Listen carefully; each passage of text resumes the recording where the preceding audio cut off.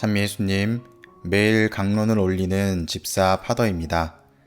오늘은 2020년 6월 17일 연중 제11주간 수요일입니다. 오늘 독서는 열왕기 하권 2장 1절, 6절에서 14절의 말씀입니다.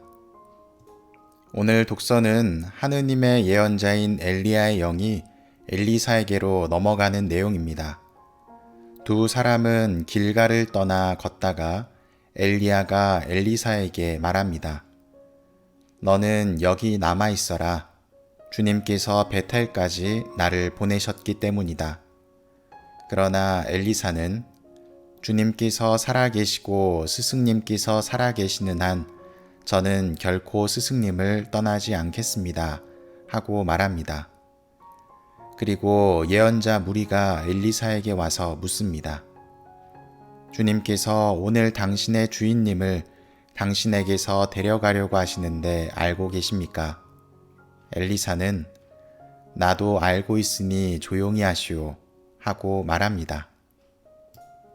엘리사는 똑똑한 사람이었고 하느님의 일을 하는데 욕심도 있어 보입니다. 또한 가장 가까이에서 스승인 엘리야를 보았기 때문에 다른 누구보다도 엘리야가 자신을 떠날 때가 얼마 남지 않았음을 알고 있었을 것입니다. 그리고 엘리사에게는 엘리야의 뒤를 잇고 싶은 마음이 간절했습니다. 그의 욕심은 세상적인 욕심이 아니라 하느님의 일을 하는 욕심이었습니다.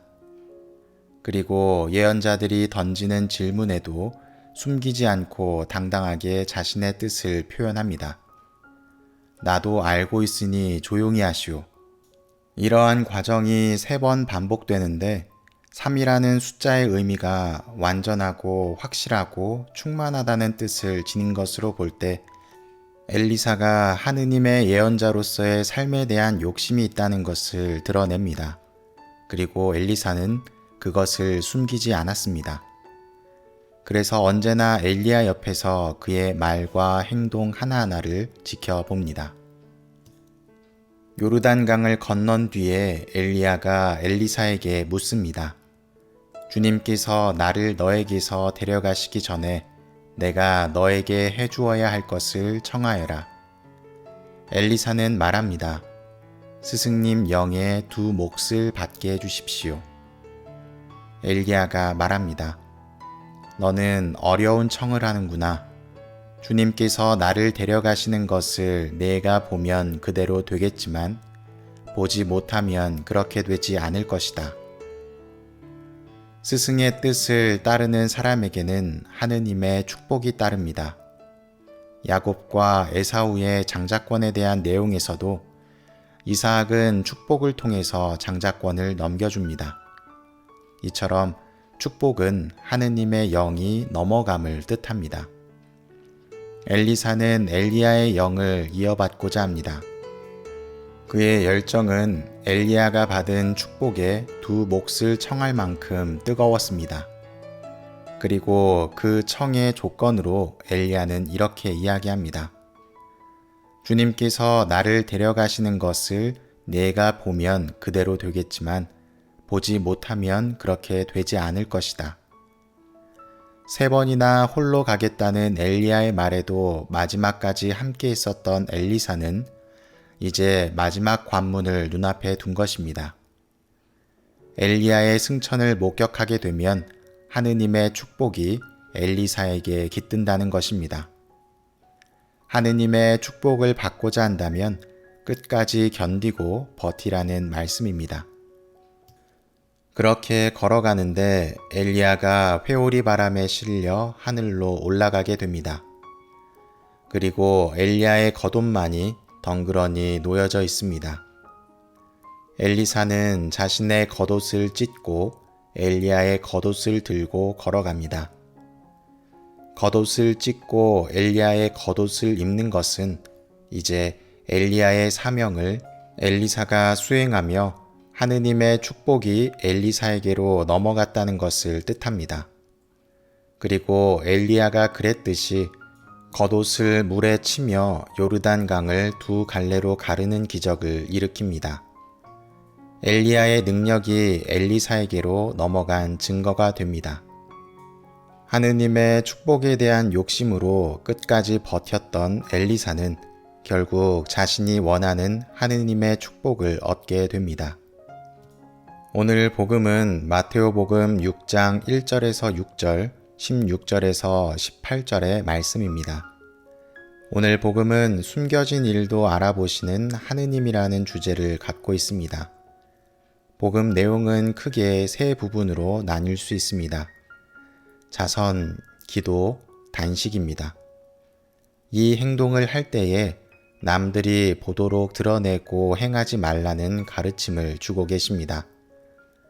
남들에게 보여주는 행위는 사람들에게 인정을 받게 되는 결과를 초래하기 때문에 하느님께서 주실 수 있는 것이 없다는 것입니다. 받을 상을 이미 받은 것입니다. 그래서 하느님께 드릴 자선과 기도, 단식은 드러내지 말라고 하십니다. 그런데 재미있는 것은 자선과 기도, 단식은 원래 하느님을 위해 해야 되는 것입니다. 하느님을 위한 행위인 것이죠. 그런데 그 행위를 통해서 채우고자 했던 욕심이 있었는데 그것이 바로 사람들의 인정이었습니다. 하느님께 인정받기 위한 욕심이 아니라 사람들의 인정을 받고 싶은 욕심이 있었던 것입니다. 신앙 안에서 우리는 많은 욕심을 부리며 살아갑니다. 신앙적인 열정은 기도와 미사와 봉사를 통해서 겉으로 드러납니다. 이 모든 것은 하느님을 위한 것이겠죠. 그런데 기도도 미사도 봉사도 하느님을 위한 것이 아니라 나의 욕심 때문에 행한다면 그것은 나를 위한 것입니다. 하느님을 위한 것은 하느님에게로 향해야 합니다. 나를 위해 사용하는 순간 하느님께서 주실 은사는 사라지게 됩니다. 욕심은 나쁜 이미지를 가지고 있습니다. 하지만 하느님에 대한 욕심은 끝없이 갈구해도 부족하지 않습니다. 그 증인이 바로 엘리사입니다. 엘리사는 자신의 욕심을 채우기 위해 엘리야의 축복을 청하지 않았습니다. 그래서 하느님께서도 엘리사에게 축복하시고 그를 예언자로 세워주십니다. 심리학자들은 욕심도 에너지라고 표현합니다. 나를 움직이는 원동력입니다.